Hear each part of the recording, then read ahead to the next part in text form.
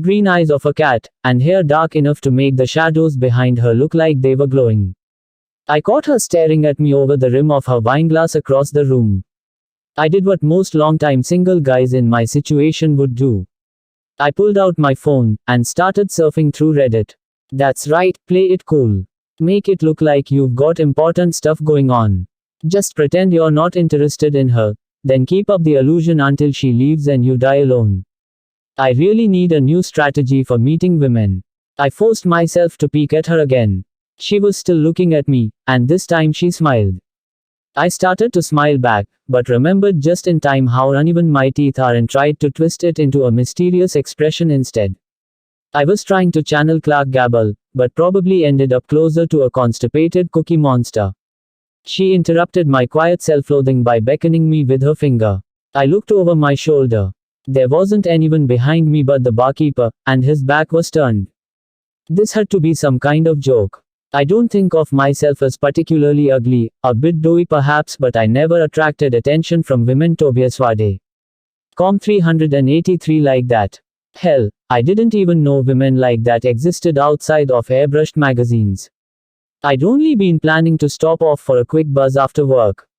I don't drink ordinarily, but the shifts have been crazy since Peter died of a heart attack last week, and I just needed to unwind. Her tantalizing invitation promised an even more enjoyable distraction though, and my feet moved on their own to treacherously thrust me into the booth beside her. I didn't fully realize what I was doing until it was too late to come up with a witty introduction. Hi, can I help you with something? Yeah, real smooth. What are you, a waiter? She extended a graceful hand with neatly polished nails the color of dried blood.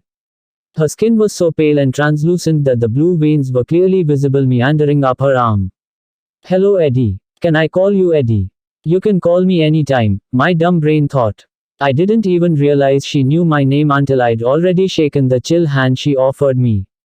Do you know me? I asked instead. Her limp fingers revived in my hand and gripped me firmly for a second as though holding on for dear life.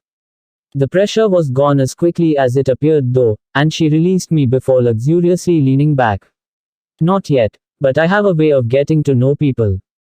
Would you like me to get to know you, Eddie? I could imagine a snake whispering its prey to sleep with the same tone of voice. I felt definitively agitated sitting here, but I 51 sleepless nights 384 couldn't tell how much of it was fear and how much excitement. I don't suppose it mattered, because I was so engulfed in her presence that I was powerless to do anything but nod. The woman produced 2 decks of playing cards and placed them upon the table.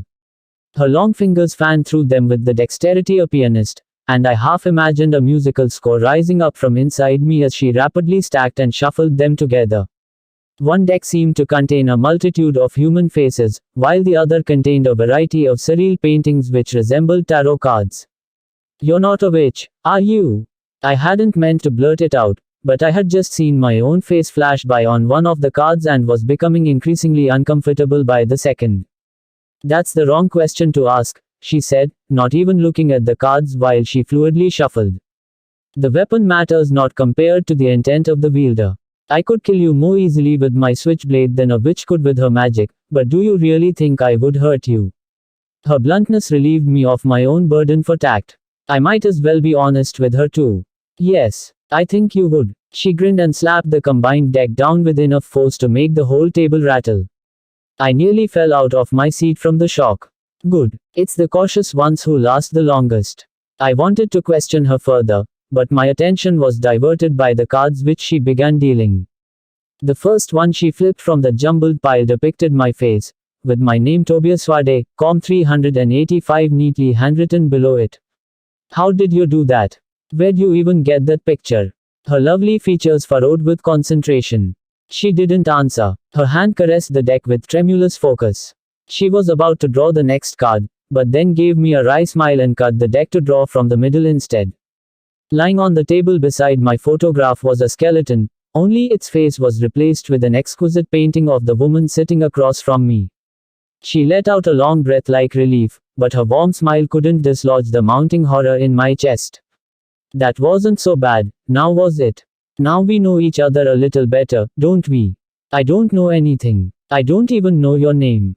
I was starting to get angry. It wasn't just at her for messing with me like this, I was angry at myself. How pathetic I must be to keep entertaining this nonsense just because a pretty girl smiled at me. If it had been anyone else, I would have been out the door a long time ago. Oh, don't be like that, it's actually good news, she said. Your photograph obviously represents you. I don't know how you got that, but I want it back. I tried snatching at it, but the card danced around her nimble fingers and evaded me. And you recognize my face on the other, don't you? That's the last thing you'll see before you die. All the excitement was gone. My heart strained against my ribcage with nothing but the absurd fear she instilled in me. I made another wild snatch for my photograph, but she tugged it 51 sleepless nights. 386 just out of my grasp again. All I could reach was the rest of the deck still on the table, so I picked that up instead. You want these back? I asked. Give me my card. You aren't being very cautious right now. Her eyes narrowed with dangerous intent. I looked down at the other cards in my hand. That's when I noticed that all the other photographs had a thin red line drawn through the center. There had to be at least 20 of them in here. They weren't being cautious either, and you don't need my sight to guess what happened to them. The voice was as cold as the space between stars. I didn't even care about my photo anymore. I just wanted to get out. I didn't look back even when the bartender started shouting about my tab. All I could think about was putting as much distance as I could between myself and the woman tormenting me. What in the world was that even about? I know I don't approach women very often, but I can't imagine that's the typical reaction. As I jogged, the clean evening air unraveled the twisted knot in my stomach and began to purge the surreal experience from my mind. I slowed down to a walk, even chuckling to myself at the absurdity of what just happened.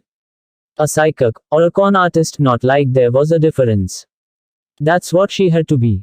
She wasn't flirting or threatening, she was just trying to sell me her readings. I stopped by that bar all the time after work, so it wouldn't have been hard for her to snap a photo or get my name. Of course, she hadn't actually asked for money, but that was something I preferred not to dwell on. Tobias Farday, Com387. I replayed the scenario in my head, and even congratulated myself with how I handled the situation. Good for me, for not falling victim to her seducing charms. Although there's no denying the fantasy one still entertained of taking her, and it wasn't until I got home and was digging for my keys that I felt the deck of playing cards still in my pocket. I'd been in such a rush to get out that I hadn't even noticed taking it with me. I fanned through the deck to make sure there weren't any more photos of me, but stopped abruptly short. Peter. He was wearing the suit I saw him wear every day for the last 5 years. The thin red line scored directly across his face. She couldn't have had anything to do with. Just to be safe, I started Googling some of the other names captioned below the photographs. After the third search pulled up a third obituary, I knew there was no point in going on. 24 other cards beside my own, and all with a red line struck cleanly through the center. Every death was from a different cause, although I noticed several quotations of shock and despair from families swearing it came without warning. I saw the woman again the next day. It was only a glimpse, but she was sitting at the bus stop I usually took. I'd left her cards at home and didn't want a confrontation about it, so I just waited the 20 minutes for the next bus to come along. There she was again at the taco shack I frequent for lunch. She was actually working behind the counter. She smiled when we locked eyes, but I immediately turned around and left without a word.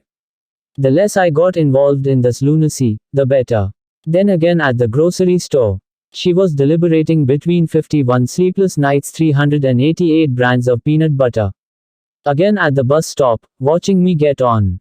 Twice more I saw her standing on different street corners on the drive home. I don't know how she was moving so quickly, but it was obvious that I was being stalked. I was being stupid for just pretending none of this happened. I had information linking a string of deaths, and I should have brought this to the police from the very beginning.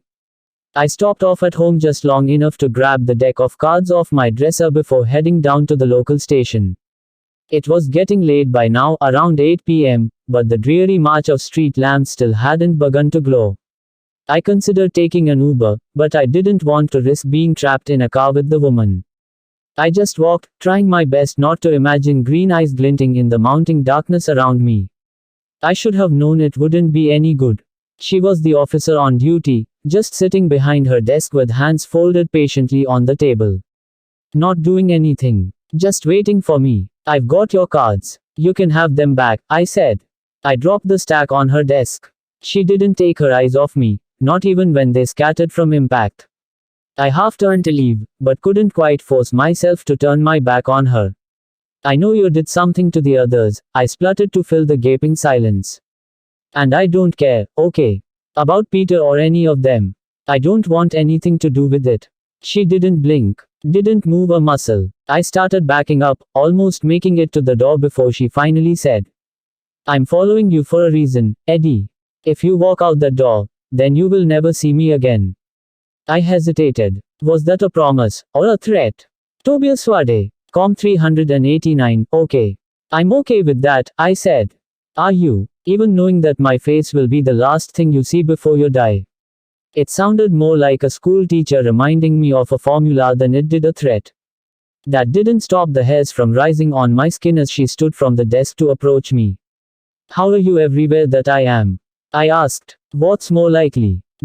Quote. She was only a foot away now.